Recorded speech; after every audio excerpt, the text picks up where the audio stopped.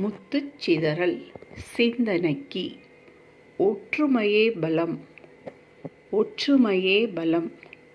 நம் இந்திய தேசத்தில் மதம், இனம், மொழி, கலாச்சாரம் என்று இருந்தாலும் மக்கள் ஒற்றுமையாக இருப்பதினால் உலக நாடுகள் வேற்றுமையில் ஒற்றுமை மிகுந்த தேசம் என்று இந்தியாவை புகழ்கின்றன.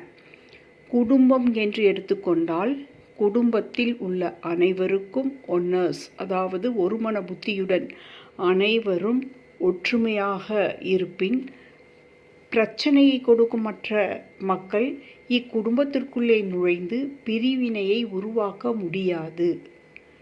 வீட்டிற்குள்ளே பிரச்சனை வராது. மேலும் நாம் தொழில் செய்யும் இடம், வீட்டிற்கு அருகில் அக்கம்பக்கம் உள்ளவர்கள், பள்ளியில் வகுப்பில் உள்ள மாணவர்கள் போன்றோர் ஒற்றுமையாக செயல்படுவோர் என்றால் அந்த இடத்தில் ஒற்றுமையின் பலம் வெளிப்படும். ஆகவே நாம் எப்பொழுதும் ஒற்றுமையாக செயல்பட வேண்டும். நன்றி. Please subscribe, like and share. Thank you.